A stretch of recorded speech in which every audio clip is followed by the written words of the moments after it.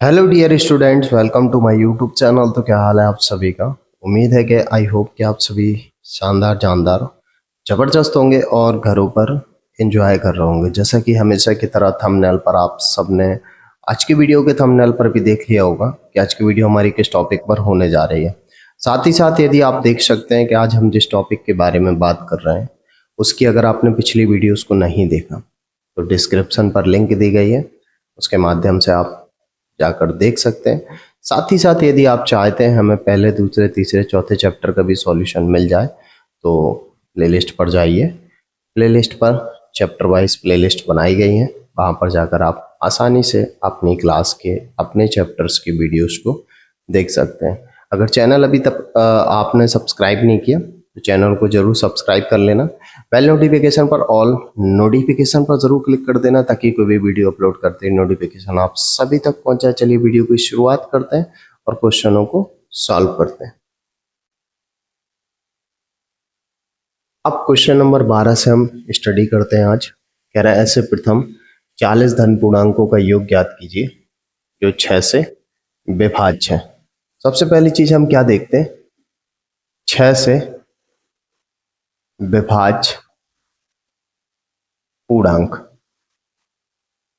तो क्या हो जाएंगे 6 से विभाज्य पूर्णांक। सबसे पहला 6 हो जाएगा, फिर 12, फिर 18, इस तरीके से बढ़ती जाएंगी स्थिति। तो इस तरीके से 6 से 12, 12 से 18 यानी 6 बढ़ते जा रहे हैं। तो श्रेणी क्या बन जाएगी, एपी। तो एपी का जो पहला पद है वो कितना है, 6।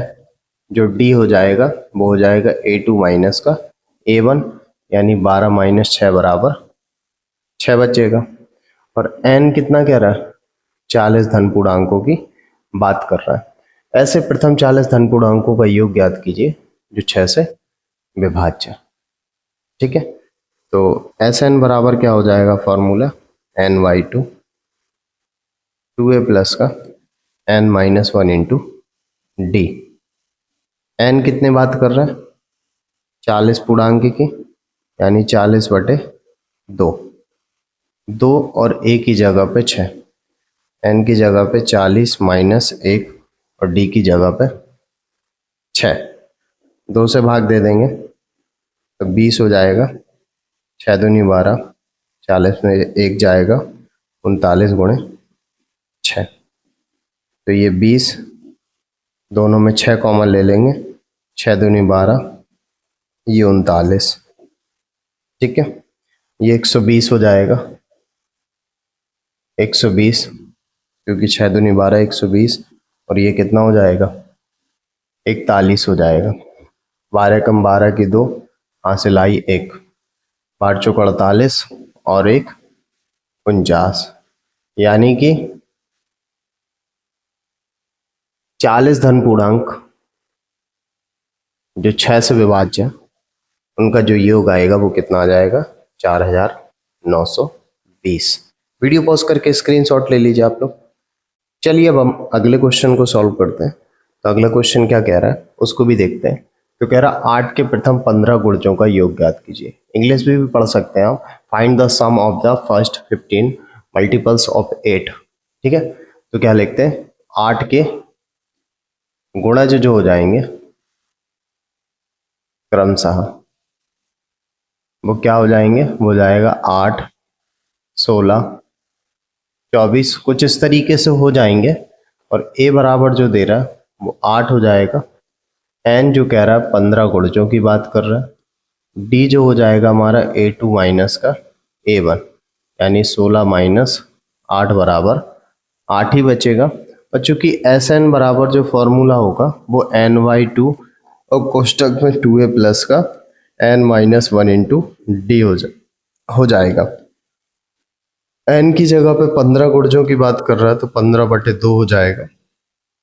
2 a की जगह पे 8 हो जाएगा और ये 15 माइनस 1 और d की जगह पे 8 हो जाएगा।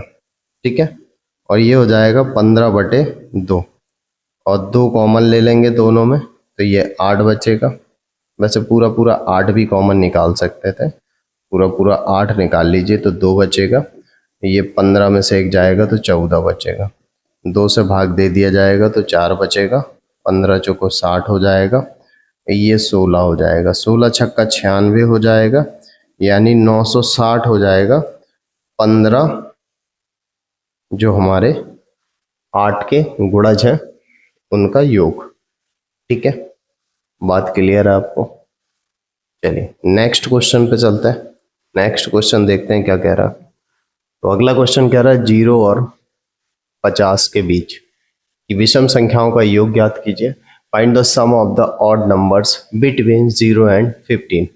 तो सबसे पहली चीज लिखते हैं 0 और 50 के बीच, 0 और 50 के बीच की विषम संख्याएं, के बीच की विषम संख्याएं। ठीक है, विषम संख्याएं क्या हो जाएंगी? तो जो विषम संख्याएं हो जाएंगी वो होगा 1, फिर 3, फिर 5, फिर 7, कुछ इस तरीके से, और लास्ट में 49 हो जाएगा।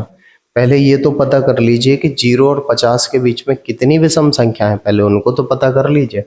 तो a बराबर जो हो जाएगा वो 1 हो जाएगा, d बराबर जो होगा a2 माइनस का a1 यानी 3 माइनस 1 बराबर 2 हो जाएगा, और l बराबर जो हो जाएगा वो 49 हो जाएगा यानी 49।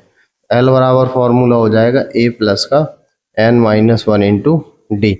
l जो हो जाएगा वो हो जाएगा 49, a हो जाएगा 1, n माइनस 1 और d की जगह पे कितना हो जाएगा 2, एक इस तरफ आ जाएगा तो 49 माइनस 1 बराबर जो हो जाएगा n माइनस 1 इंटू 2, यानी कि 48 बराबर जो हो जाएगा n माइनस 1 इंटू 2 हो जाएगा। 2 से जैसे ही डिवाइड करेंगे तो 24 हो जाएगा, n माइनस 1, 1 इस तरफ जाएगा तो कितना हो जाएगा 24 प्लस का 1 बराबर n बराबर जो आ जाएगा 25 आ जाएगा। अब इनका योगफल ज्ञात करना, तो n/2 और कोष्टक में a प्लस का l हो जाएगा। अब पद कितने निकले? ये तो पद निकले 25, यानी कि 25/2 कर लेंगे, और a चूंकि हमारा 1 ज्ञात हुआ, l हमारा 49 था, तो कितना हो जाएगा 25 गुणे 50/2। ठीक है, 2 से भाग दे देंगे तो 25 गुणे कितना हो जाएगा 25, और इनका मल्टीप्लाई कर देंगे तो 625 हो जाएगा। यानी कि यहाँ पर जो पूछा गया है कि 0 और 50 के बीच विषम संख्याओं का योग ज्ञात करना, तो हमारा 625 आ जाएगा। बात क्लियर है सभी को? क्लियर है ना?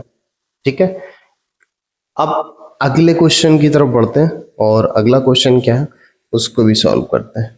ठीक है, अगला क्वेश्चन जैसे कि आप देख सकते हैं कि निर्मला कार्य से संबंधित किसी ठेके में एक निश्चित तिथि के बाद कार्य को विलंब रूप से पूरा करने के लिए जुर्माना लगने का प्रावधान है। इस प्रकार है, पहले दिन के लिए 200 रुपये, दूसरे दिन के लिए 250 रुपये, तीसरे दिन के लिए 300 रुपये इत्यादि। अर्थात प्रत्येक उत्तरोत्तर दिन का जुर्माना अपने से ठीक पहले वाले दिन के जुर्माने से 50 रुपये अधिक है। एक ठेकेदार को जुर्माने के रूप में कितनी राशि अदा करनी पड़ेगी यदि वह इस कार्य में 30 दिन का विलंब कर देता है?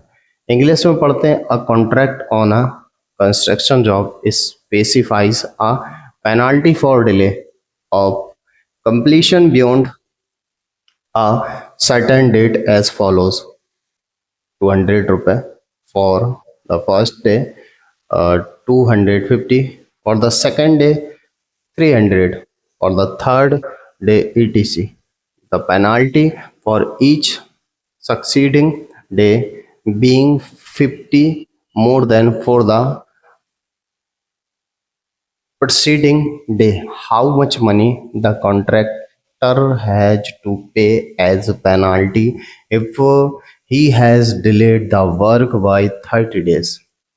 पेनाल्टी, क्रमागत पेनाल्टी क्या है?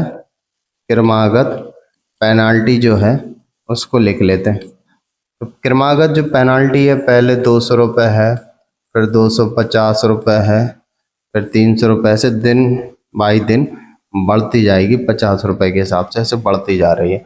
अब क्वेश्चन में पूछा है कि 30 दिनों तक, कितने दिनों तक स्थिति जाने? 30 दिनों तक स्थिति ये जाने वाली है। ठीक है, अब इस तरीके से एक श्रेणी तैयार हो जाएगी पेनाल्टी की।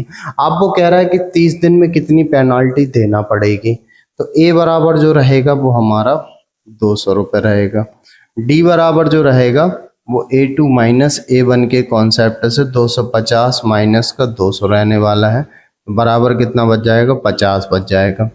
n बराबर जो हो जाएगा वो 30 हो जाएगा। तो ज्ञात कर लेते हैं कि एस एन बराबर क्या हो जाएगा, n/2 2a प्लस का n-1 इंटू डी हो जाएगा। n की जगह पे जो दे रहा है वो 30 दे रहा, बटे 2 हो जाएगा। 2 और a की जगह पे जो हो जाएगा वो 200 हो जाएगा। n-1 यानी कि 30 माइनस 1 और d की जगह पे जो हो जाएगा वो 50 हो जाएगा। ऐसे ही हम क्या करते हैं, यहाँ पर 2 से डिवाइड करते हैं तो ये 15 हो जाएगा। इसके बाद ये कितना हो जाएगा, 400 हो जाएगा। ये बचेगा तुम्हारा 29 गुणे 50 बचेगा, ठीक है।